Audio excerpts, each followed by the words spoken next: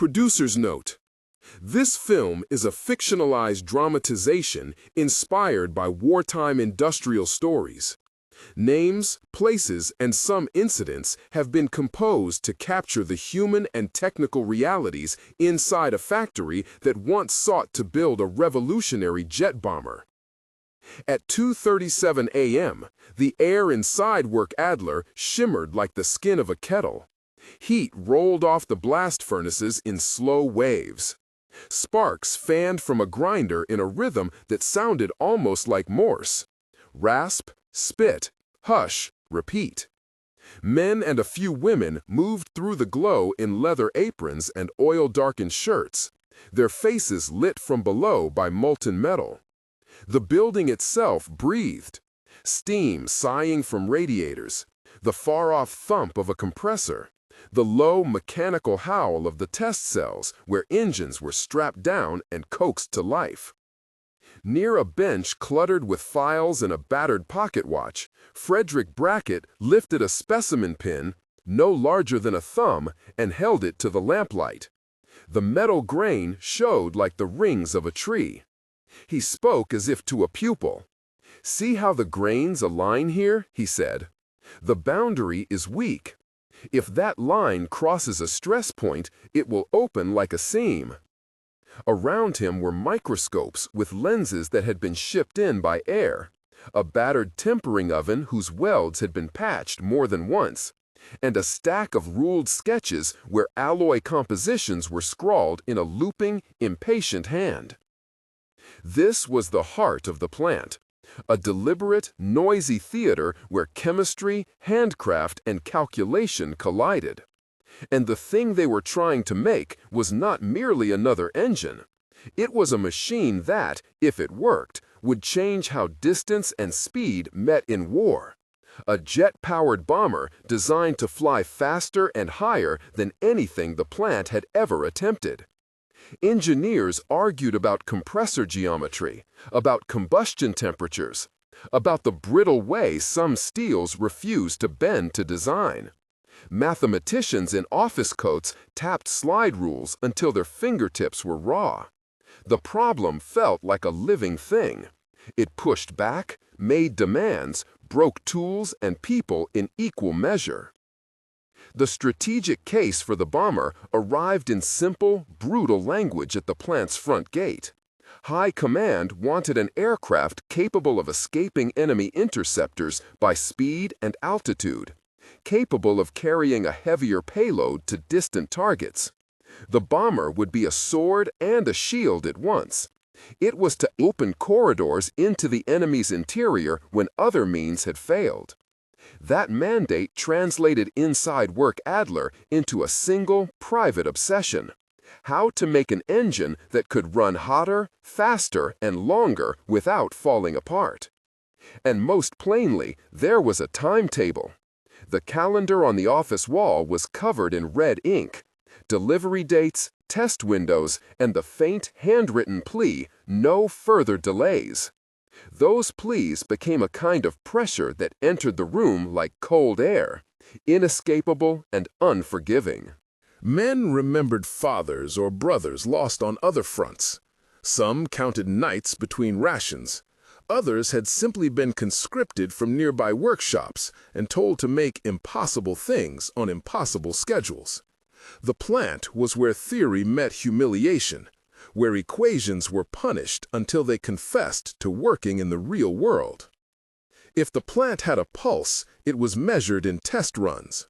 The test cell was a concrete alcove deep in the plant, a room with sound deadening and a halo of instrumentation. Engines bolted to heavy stands produced a sound like distant seashell breathing. Tachometers shrieked. Thermocouples streamed numbers into paper rolls. Vibration meters quivered with nervous needles. Engineers sat with heads bowed, watching the numbers, listening for the faint cadence that told them whether design matched reality. "At 800 degrees, the blade flexed," said a technician once, half to himself. "At 900, it began to sing." The difference between singing and shattering was a few degrees. And between success and catastrophe, sometimes a single grain boundary in a tiny forging. Castings cracked, bearings wept oil and failed. A compressor disc might run perfectly for a minute and then, under a spike in temperature, rip itself apart in a spray of white-hot shrapnel. One night, a run ended in an explosion that sheared a maintenance door off its hinges. The blast hollowed the silence with a sound like a fired cannon. In the aftermath, when smoke still curled from the test cell walls, Robert Kane sat with his palms bandaged and a thin line of soot down his cheek. He had been closer to the engine when it failed, a hand on the emergency valve in the instinctive attempt to stop a machine that was designed to get hotter than anything they'd seen. He was lucky enough to live and unlucky enough to remember every second. He watched the charred fragments of alloy on the concrete and told himself, in a kind of mechanical prayer, that next time they would know what to change. Failures multiplied, and yet failure was not merely catastrophe. It was their primary teacher. The culture inside the plant treated failure as a ritual, one that demanded a hard, honest accounting. Engineers kept failure logs as if they were diaries. They measured shards, photographed cross-sections, sent samples to labs miles away. They learned to read a fracture face like a doctor reads a pulse. Brackett taught them to look for the handprints of heat, where a crack had been guided by the flow of molten matrix, where cooling had left a skin that split under stress.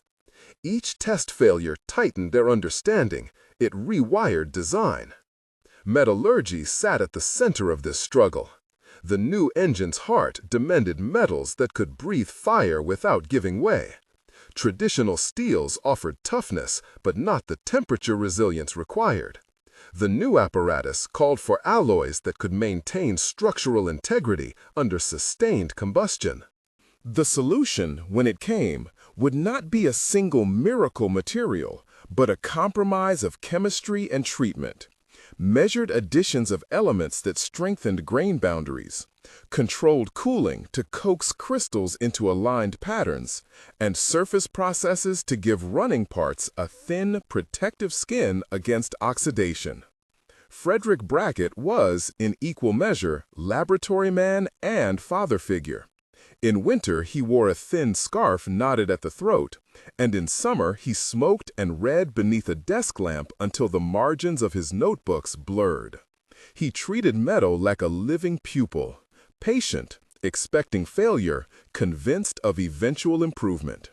At dawn, he could be found in the lab, poring over a micrograph taken at 100 times magnification. And at dusk, he walked the shop floor, asking about the countermachining of an intake manifold or the tempering time for a turbine disc. "You cannot simply make steel hotter," he told the young apprentices. "You must make it smarter." And by smarter, he meant a controlled dance of alloy elements and thermal cycles. How a little nickel might improve ductility, how chromium could guard against oxidation, how a touch of tungsten might slow the advance of creep, the gradual, irreversible deformation caused by heat and stress. These were not recipes to be recited. They were experiments, each one requiring a discipline of measurement and a willingness to accept small, incremental progress. Samuel Ortiz was one of those apprentices. He had come from a small provincial town, taught basic machining in a municipal school, and arrived at Werk Adler with his brother's photograph folded into his pocket. His brother had been lost on another front, and Samuel carried that absence like a physical weight. He learned the sound of each tool, mapped the muscle memory of threading a bolt, and developed an almost superstitious reverence for the tempering ovens. For him, the work was both vocation and penance, the long hours at the bench a way of making sense of loss. Samuel's hands bore the stories of his days, calluses where a file bit into skin, blisters that flattened into flattened moons, oil that would not wash out for weeks. He learned to be precise. When a measurement was off by the width of a hair, he felt it. On nights when the machine slept, Samuel wrote long letters home. The ink sometimes smudged when his gloves were still greasy. He was quiet in the canteen, listening more than speaking. Yet when he spoke at the bench, his questions could be blunt and direct. Once, after a particularly brutal test had resulted in a ruptured combustion chamber, Samuel asked Brackett, "If this works, do fewer boys die out there?" It was a simple, terrible question that did not expect an easy answer. Harold Wentworth was the draftsman who carried the wind in his head. Where others thought of blades as shapes, Harold thought of them as rooms for air. How air moved, where it hesitated, where it eddied and became a problem. His sketches were full of little arrows and annotations, a tangle of lines that made clearer in the mind what could not yet be built. He had spent years obsessing over cooling flow, building scale models and testing them in a modest wind tunnel attached to the plant, a contraption of fan motors and smoke tracers that smelled of burnt oil and damp cloth. It was Harold who suggested what began as a small, almost desperate idea, that the engine might be given small internal lungs, fan passages, and channels directed to the hottest nodes. The idea was not elegant, it was pragmatic. If combustion chimneys could be coaxed into carrying heat away more evenly, stress concentrations would drift out of existence. He sketched a small ring of blades that would sit not in the compressor proper, but inside the engine casing, an auxiliary fan whose job was not propulsion, but life support. To shepherd cool air to bearing races, to scrape heat off cylinder liners, to keep oil temperatures within a survivable range. When Harold presented his sketches, some engineers smiled indulgently. To others, the design seemed an additional point of failure. But Werner, the lead erector in the test cell, had seen too many engines die in the first minutes to dismiss anything that promised life. He ordered a prototype of the fan ring cut and balanced. It was a small, awkward thing at first, no more than a few inches across, but balanced properly, it moved a surprising volume of air. Instrumentation was the other side of every experiment. The instrumentation shop was a place of reeds and wires, of calibrated sensors that translated heat and motion into unambiguous numerals. Thermocouples, little iron Constantan junctions, were riveted into combustion chambers like intestines laid open. Tachometers counted revolutions, and vibrational transducers turned oscillations into meandering ink traces. The technicians learned to read those traces as if they were maps of a city. Sudden spikes meant a storm was arriving. A steady rise might be tolerable, but a peak, an excursion, meant someone had to act before the machine spoke with violence. The problem that haunted the plant for months was not one thing, but a cascade.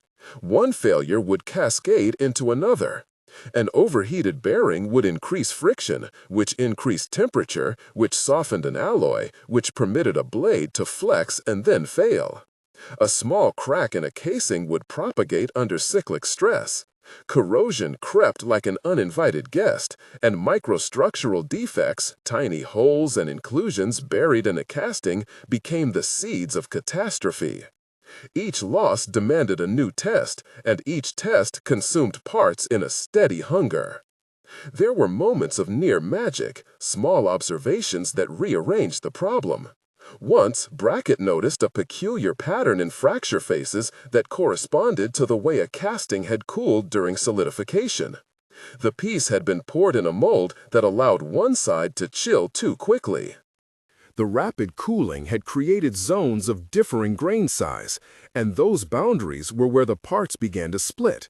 The solution he proposed was obvious only after the fact. A change in the mold geometry and a preheating regimen for the core that would yield more uniform growth. The change cost time and material, but the number of catastrophic failures dropped measurably. Other solutions were less elegant and more dangerous. They involved altering operational envelopes, running the engine at slightly reduced throttle for the first few minutes to allow temperatures to stabilize, or imposing mandatory cool-down periods between runs. These stopgaps were unpopular with command, which measured success in demonstration hours and wanted the bomber capable of prolonged runs at combat settings.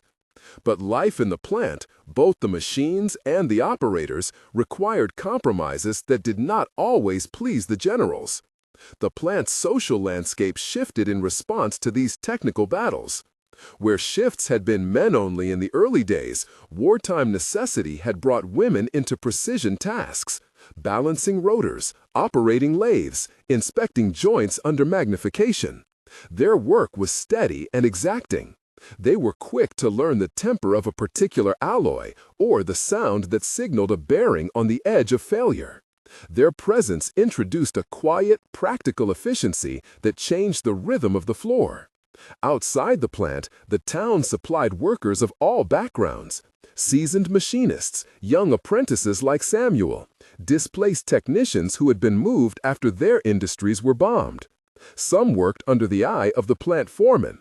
Others arrived through military placement. The result was a technical community woven out of necessity and expertise. There were risks beyond the machines. Air raids and sabotage were constant specters. Blackout curtains covered windows. Guards patrolled the perimeter. The plant's archives were kept in basement vaults. The employees learned to move like a subterranean society. Voices kept low, lights down, work continuing as if light itself might call attention. Rumors circulated of agents scraped from other departments, of communications intercepted by rivals. In that atmosphere, technical secrecy became a social norm. Designs were argued in drawings and then whisked away into locked cabinets. Perhaps because of that secrecy, the plant developed its own internal myths. One prominent story spoke of a machine that had run for 3 hours without failure in the hands of a rival factory many miles away, an existence somewhere between boast and legend. Engineers at Werk Adler chased that ghost, trying to reproduce what others had accomplished. The chase pushed them to explore corners of material science they had not previously considered. Surface coatings that mimicked the protective oxide layers found in older, time-tested alloys. Powdered metallurgic techniques that promised more uniform microstructures. Gas treatments that might create a thin, tough skin on turbine blades, impervious to the slow bite of oxidation. Those innovations required equipment not always present at Werk Adler. Vacuum furnaces, gas flow controllers, and high-precision grinders were in short supply. The team improvised. They cannibalized a destroyed lathe to build a balancing stand. They rewired old ovens to control cooling rates. They smuggled in parts from neighboring plants under the cover of night. In the small, ad hoc workshops that sprouted in spare rooms, machinists adapted tools to new shapes and tolerances. There was an improvisational genius at play, practical, inventive, and often dangerous. Danger came with a human face in the person of Robert Kane.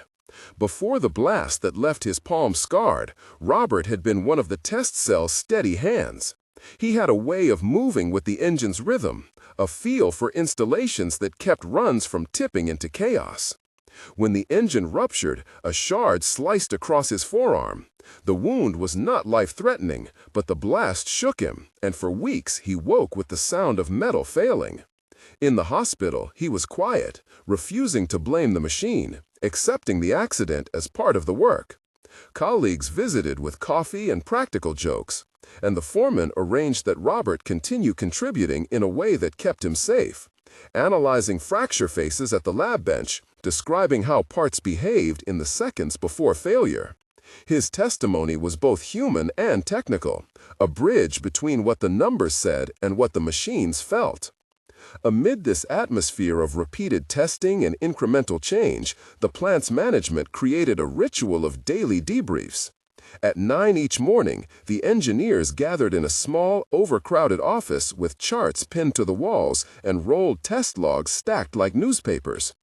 Each failure was discussed with clinical attention, but without the coldness that stripped human context away. Someone read aloud the events of the previous run. Someone else presented metallurgical slides. A third sketched on a blackboard the flow paths of oil. These meetings were not merely diagnostic. They were music of persistence, the repeated choreography of trying again. At one such meeting, Brackett brought photographs of a failed turbine disc magnified many times over. The team traced the path of the crack, seeing how heat cycles and vibrations created a rhythm that forced the metal to converse with its environment. Harold pointed at the sketch of the casing and suggested, again, that altering the inlet geometry might reduce a pressure spike that corresponds to peak temperature. They argued. They stroked a cigarette in a certain economy of motion. Two apprentices pushed back with questions that simplified what others had made complex. They tested the assumptions and, in the friction of that debate, the idea of a modified inlet geometry gained inches of acceptance. On the floor, work was meticulous and, at times, brutal. A balancing operation required a rotor to be spun at thousands of revolutions a minute, while instruments recorded minute imbalances. A single unseen deposit on a blade, a speck no larger than dust, could create oscillations that turned into fatal fatigue. Lathes hummed, coolant splashed, hands moved with a deftness that came from repetition and pride. For these craftsmen, the parts they touched were more than components. They were the immediate incarnation of possibility. Yet, even as technical discipline advanced, the plant could not escape the moral silhouette cast by the bomber's intended use. In the canteen, beyond the clatter of plates and the murmur of conversation, workers exchanged gossip about raids and losses. Letters from the front sat unread in pockets. Everyone in the plant, from the apprentice to the chief metallurgist, understood that they were building something that, when assembled into wings and fuselage and fuel, would carry destruction. For some, the work felt like a duty, a necessary means to an end. For others, it was an uneasy occupation, a tension that required silence rather than open debate. Samuel's question to Brackett about how many fewer boys would die if the engine worked hung in the air as an unspoken metric by which progress would be judged. Command visits came with formal deference and underlying urgency. A general, his name always spoken in the plant in a clipped, efficient way, inspected the test cell, asked pointed questions about endurance hours and failure rates, and departed with a long, thin file of notes. He carried the authority of strategy with him, measuring the laboratory's small numbers against a larger canvas. Operations, sorties, the shifting calculus of air superiority. To the engineers, his presence was a reminder that their tolerances and trials had direct consequences thousands of feet above the ground. High command had little patience for experiments that delayed deliveries, yet without time to learn, the engines would not hold. The tension between hurry and precision was a defining friction of the plant. In the middle of these pushes, a small success once arrived like a soft knock at the door. On a raw morning when the sky was the color of pewter, an endurance run exceeded anything they'd previously achieved. The engine held at high throttle for nearly an hour, and the charts showed a steady plateau where earlier charts had jagged spires. Inside the test cell, the team watched the paper rolls move with a calm disbelief, the numbers confirming what their ears and hands had only dared to imagine. They stopped the run and let the machine cool with the practiced gentleness of those who had seen machines die from haste. When the casing was opened, the metal inside looked tired but not broken. The turbine blades had a faint sheen from protective coatings. The bearings showed less distress than expected. In the lab, Brackett and his colleagues examined micrographs and smiled in a way that felt almost forbidden, a private, restrained joy. For the first time, the conversation shifted from "why did it fail" to "what did we do right?" That experiment did not dissolve the plant's problems. It provided knowledge that would have to be replicated under combat settings. It revealed new, subtler failures. Surface pitting that appeared after prolonged runs, a vibration node that developed after thermal cycles, oil that began to oxidize more rapidly once temperatures reached a new threshold. The victory was real, but incomplete. Still, in the collective imagination of the shop floor, it represented a proof that the machine could live for longer, that design and metallurgy could be coaxed into alignment. The psychological effect of that run was immediate. Men who had been quietly resigned to endless failure began to speak in plans. Harold sketched new inlet geometries with a bolder stroke. Brackett drafted a careful heat treatment schedule to stabilize grain boundaries at the higher temperature regime. Samuel, who had been hollowed out by loss and long nights, found his fingers moving with renewed precision at the lathe. In the lunchroom, conversation shifted to speculation. What would it feel like to see the bomber free of its tethers for the first time? To hear a machine climb away from the hangar on its own weight? Yet, the plant's gains made it a target for expectation. Command now asked for longer runs, for more reliability, and for delivery within windows that the engineers knew were perilously narrow. That pressure produced its own kind of mistake. The temptation to push a design into production on the basis of a few successful tests. The team resisted, telling themselves to maintain discipline, to replicate successes in different conditions. But the line between prudence and impatience is thin in a wartime factory. It is measured not in minutes, but in the lives that might be shaped by a machine's failure or success. In those weeks, a new actor arrived on the floor, the flight crew. They came in rough wool uniforms, their faces sunburned and weathered from altitude. Lieutenant Frank Reynolds carried himself with the steady ease of a person who trusted certain machines with his life. He walked the plant floor with a watchful eye, asking questions that betrayed a pilot's sensibility. Where did the engine produce its torque? How predictable was the throttle response? What happened to the engine under crosswinds? He wanted not design lectures, but practical assurances. Details about cooling, about what would happen if a compressor surged at altitude, about the density of air 3 miles above the ground. Pilots' questions reframed the engineer's work. What had once been a laboratory success now belonged to a human body that would move through sky, and thus the engineers adopted a new vernacular: survivability, predictability, redundancy. The bomber, once a proof of concept, became a human carriage, bearing men who lived by the mercy of metal and calculation. As the plant approached a crucial phase, the atmosphere was a taut wire. Tools were sharpened, parts balanced, and technicians rehearsed procedures until muscle memory felt indistinguishable from instinct. Each successful bench test was logged, cataloged, and then treated as a step toward the next. There was no room for complacency. Every advancement opened new horizons and, simultaneously, new questions. Then, one night in spring, a run produced numbers they had not anticipated. The endurance figures suggested viability on a length never before held. For a breath, the plant exhaled hope. The team agreed to schedule an extended series of qualifying runs, longer durations, varying altitudes, simulated, different fuel blends. The test windows were set, the crews briefed, the parts inspected. Hope had gravity now. It attracted planning and resources and, importantly, attention from command.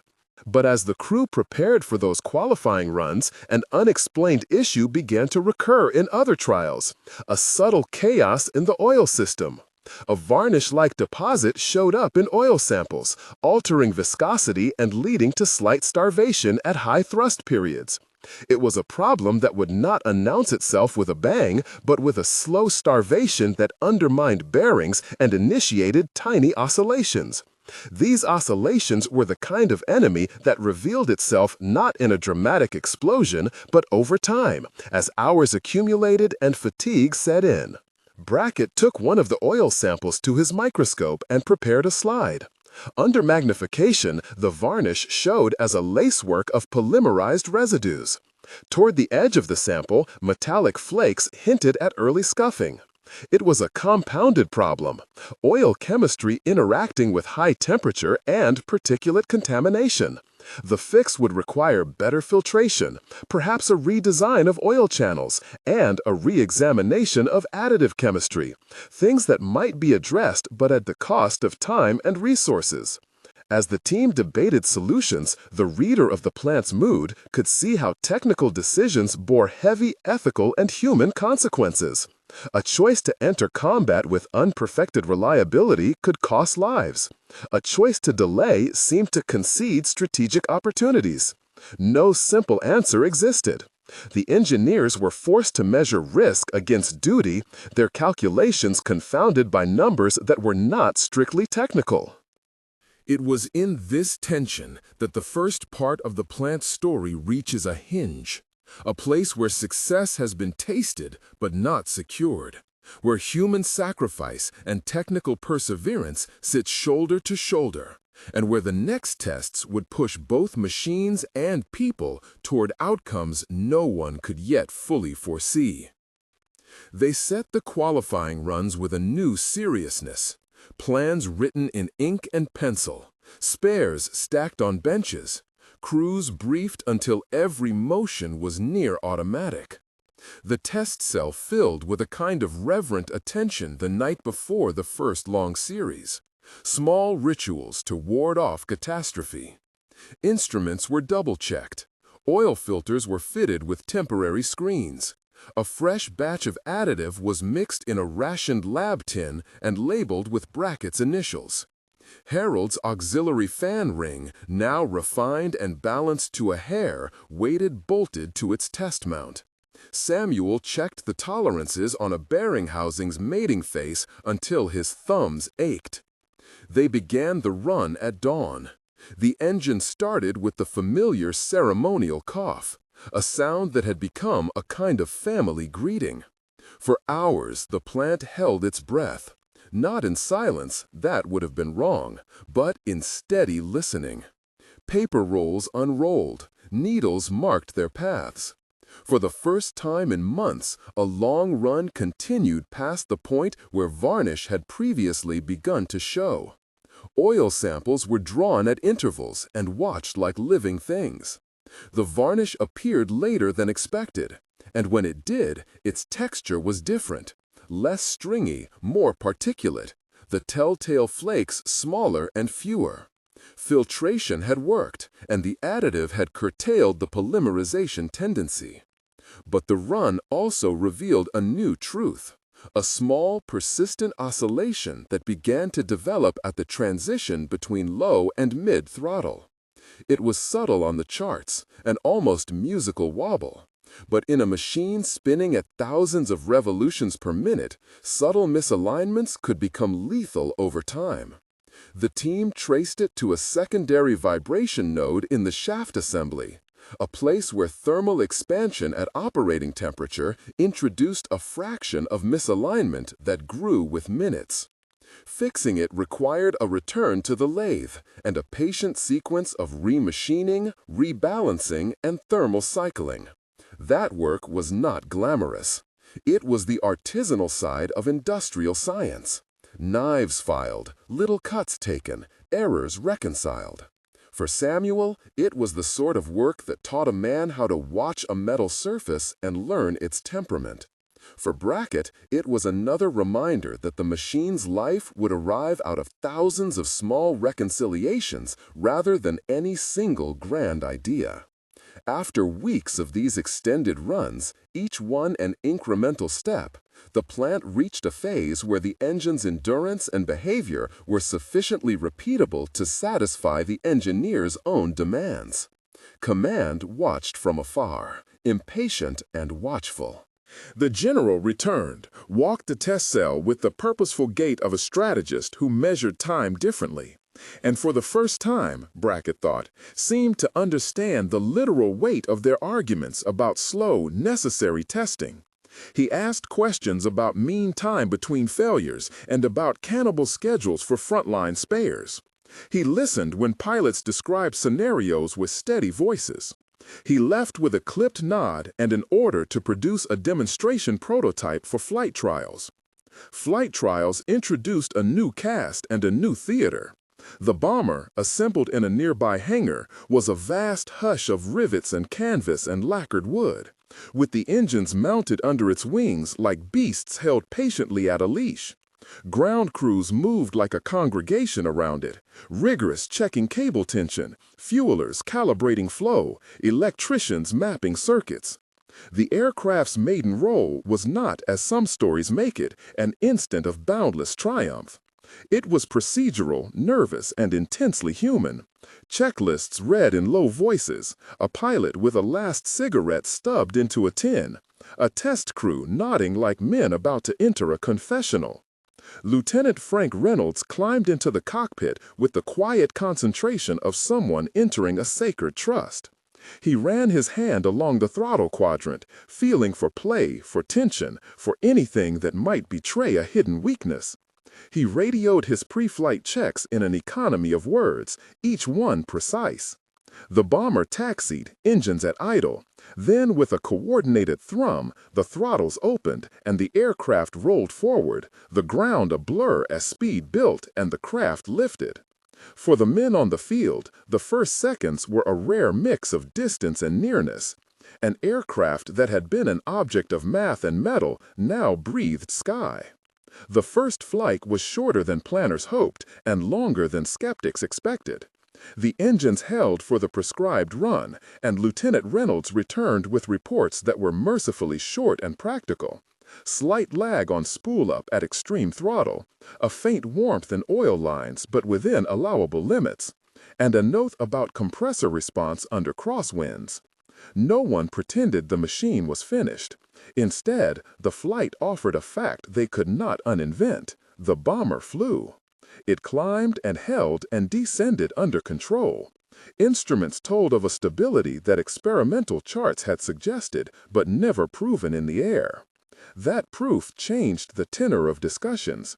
Where arguments had been about materials and tolerances, now they included logistics and doctrine.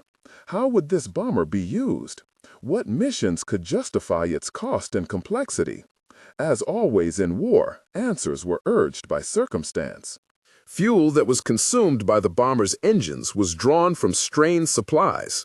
Technicians who had kept the plant running were already assigned to other work, and the aircraft, delicate, temperamental, demanded a maintenance sensitivity that frontline crews could only sometimes supply. Operational use unfolded slowly, experimentally. A handful of sorties were flown under controlled conditions, reconnaissance runs that tested range and altitude, adversary interception trials that measured escape profiles. The bomber's speed and ceiling changed tactical calculations. Where older bombers cruised in box formations to maintain mutual defensive fire, this craft's velocity and altitude suggested new possibilities. Missions flown faster at heights that placed them above most interceptors of the time. That promise, though, translated imperfectly into reality. Wartime use revealed the bomber's twofold nature. It was, in equal parts, an instrument of technological advancement and a vessel of human consequence. On missions where it reached targets once deemed unreachable, the bomber exacted its designed effects. Bridges were destroyed, supplies delayed, communications nodes interrupted. Each successful sortie was recorded by planners as a demonstration of value, but each success carried a shadow. Bombing, even when directed at military infrastructure, took a human toll beyond calculations of tonnage and target value. Civilian spaces overlapped with tactical nodes. Houses sheltered the mobilized and the innocent alike. The plant's workers followed these reports with a private display of restraint. They read casualty numbers the way craftsmen read faults, carefully with the knowledge that a machine in action had irreversible consequences. A moral reckoning moved through the plant in quieter forms than protest. Letters arrived for some men from towns that had been affected by raids. Samuel found his name scribbled on lists of men missing from a village he had once visited. A colleague's cousin was among those reported killed in a strike that had used bombs similar to the bomber's payload. Conversations in the canteen turned to old friends' homes and to the ethics of distance. That the technology which permitted a military advantage also made the consequences of command decisions more diffuse and, horrifically at times, more detached. Brackett carried this weight with a certain stoicism. He refused to justify the work as a simple moral good. He had watched men die under the weight of failed parts. He had bound the injured and supported widows. He also believed, perhaps as a kind of moral armor, that precise, careful engineering could reduce unintended harms by making systems more reliable, more predictable, and less likely to explode into indiscriminate catastrophe. It was not a tidy position. It was an argument of responsibility rather than absolution. If people built weapons, they owed a duty to make them as controllable and serviceable as possible. Operationally, the bomber's life as a strategic asset was brief. Why it was short-lived is a composite of the plant's technical limits and the shifting tides of wartime technology and logistics. The engines demanded maintenance on timescales that frontline units struggled to meet.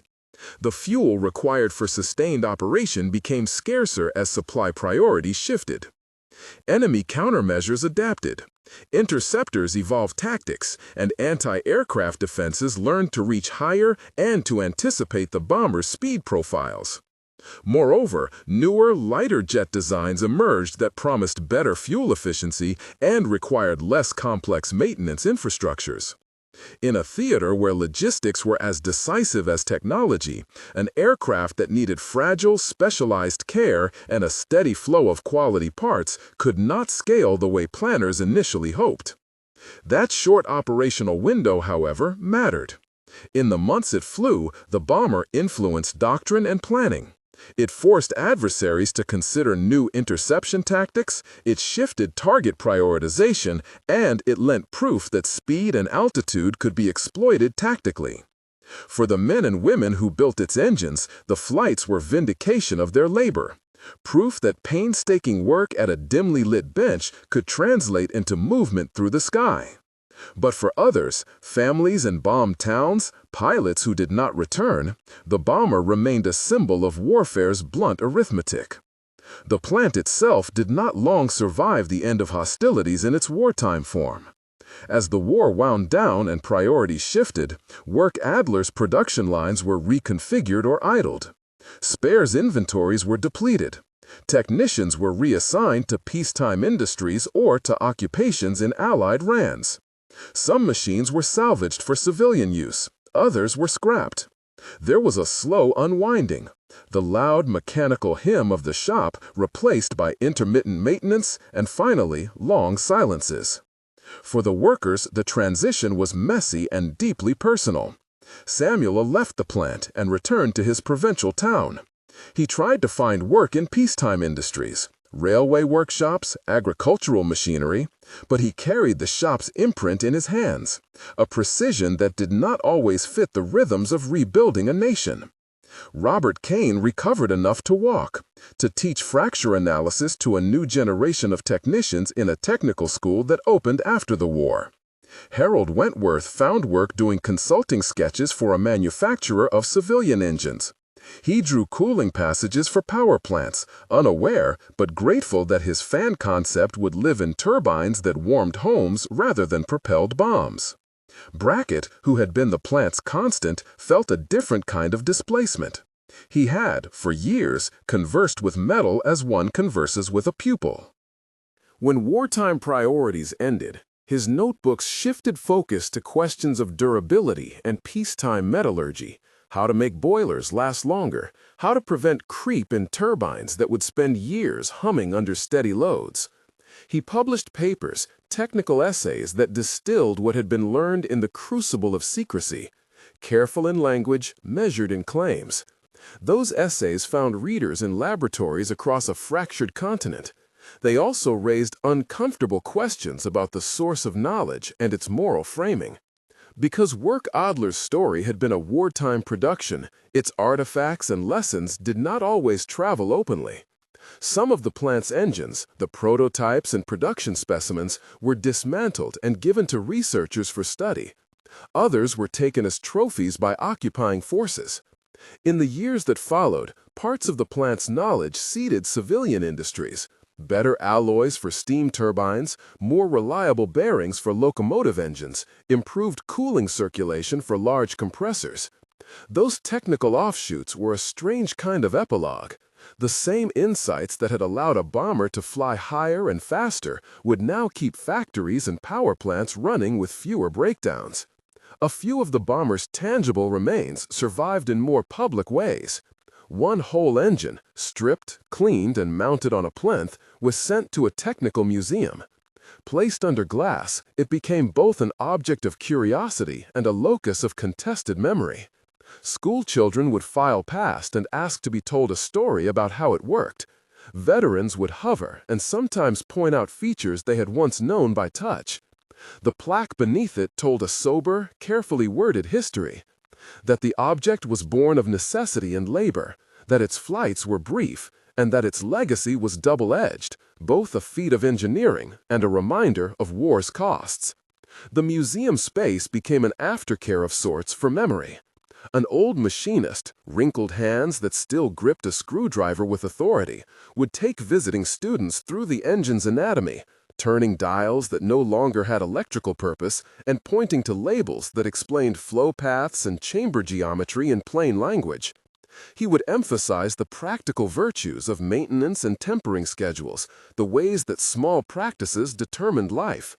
Then, as if even technical tours required moral orientation, he'd pause and frame the engine in human terms. The hands that forged its blades, the nights spent in cold offices, the letters unread. He taught a double lesson: admire the craft, resist glorifying the violence it served. Across decades, historians and engineers debated the bomber's place in the lineage of propulsion. Some argued that the plant's innovations had been essential stepping stones toward more efficient jet designs. Others cautioned that the bomber's heavy reliance on fragile maintenance made it an evolutionary dead end. The truth, as often in technology history, sat between these positions. The plant's experiments with coatings, controlled cooling, and additive chemistry did, in fact, inform later practices in turbine and jet design. But the specific engine and airframe configuration proved less adaptable to mass production and frontline sustainability than newer, lighter concepts that arrived in the late phase of the conflict and afterwards. In quiet moments, veterans of the Werk Adler workshops gathered in dim cafes and back rooms and told stories that balanced affection with regret. They laughed about improvisations, welding a balancing jig out of a bicycle wheel, coaxing an oven to cool with an improvised damper, and they fell silent over names of colleagues who never returned from missions. Samuel's letters were read aloud. Robert's scarred hand was traced in memory. They acknowledged, without pageantry, the contradictions of their labor: pride in craft, sorrow for uses. The ethical complexity of technology birthed in war remained a topic they did not resolve, but lived with.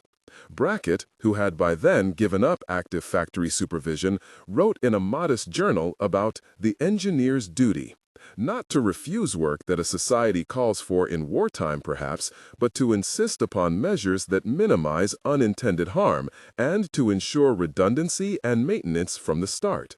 His words, careful, non-judgmental, were less a manifesto than a plea for humility, that men and women who build powerful tools must also be architects of the conditions by which those tools might be used responsibly. Years later, in a hangar where the bomber itself had been stored and then taken apart, the plant's main test cell sat empty. Paint flaked from concrete. Instruments once wired to harness roar now collected dust.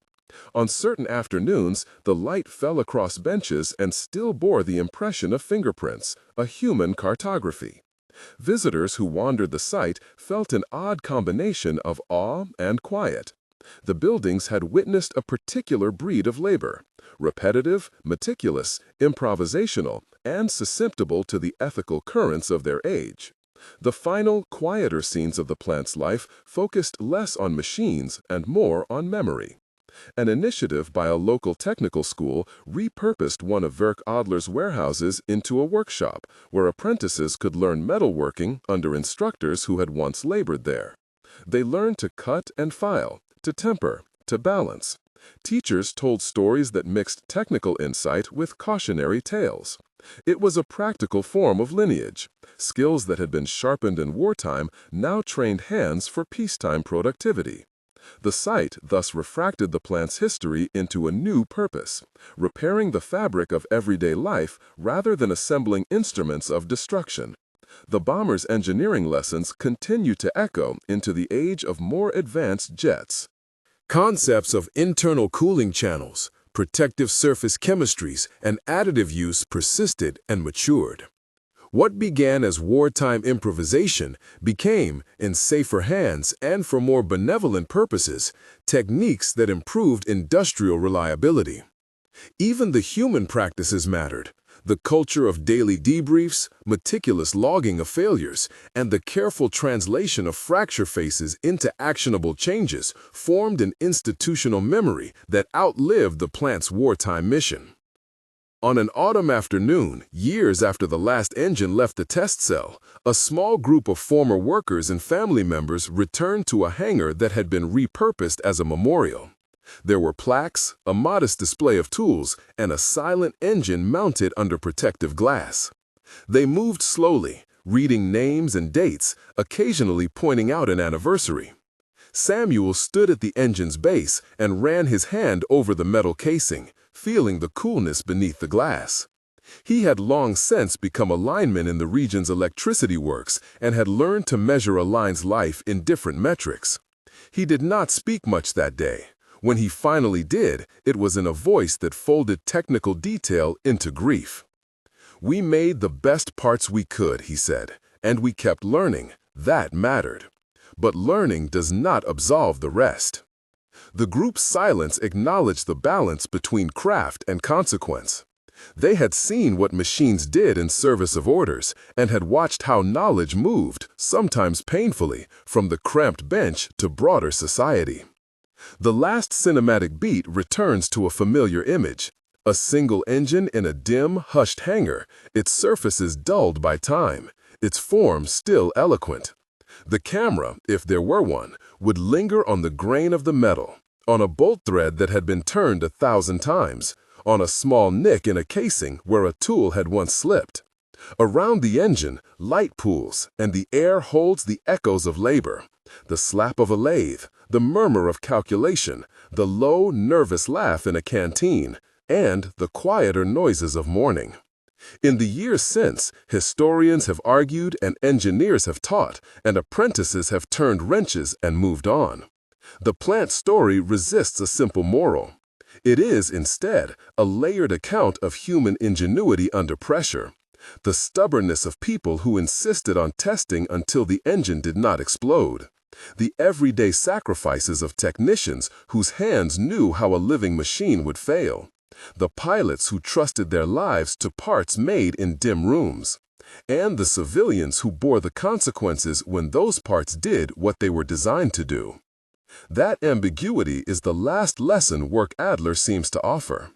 Technology arrives in history tangled with human aims. It carries the fingerprints of pride, necessity, desperation, and care. To honor those who labored is not to celebrate the missions their machines enabled. It is to recognize the craft and to ask, as Samuel once did, whether better tools could mean fewer lives lost. For some, the answer was partial and pragmatic. Better metallurgy, better cooling, better maintenance to lower the rate of catastrophic failure. For others, the final judgment was political and moral, beyond the reach of a tempering oven. As the sun slides past the hangar windows, the preserved engine casts a long shadow. It is an artifact that speaks in two tongues: admiration of craft and sober reminder of consequence. The men and women who built it, Apprentices and masters, pilots and technicians left behind notebooks, fractured parts, and lessons written into the margins of engineering journals. Those materials, folded into peacetime industries, changed the arc of propulsion and metallurgy in ways both visible and quiet. If one walks past the museum's display today, the plaque will read plainly and without flourish about the plant's role and about the bomber's brief service. It will say that the story is complex, that the artifacts are preserved for study and reflection. And perhaps when a young apprentice looks at the engine and feels something like awe, an older hand will rest lightly on his shoulder and say something that Brackett might have said in the lab: "Make it better and make it safer. That is the work." If you value stories of the people who build history, of hands that learned, failed, and tried again, please like and subscribe. Share these histories so the voices inside the plants, the careful, exhausted expertise of those who worked by lamplight, are not forgotten.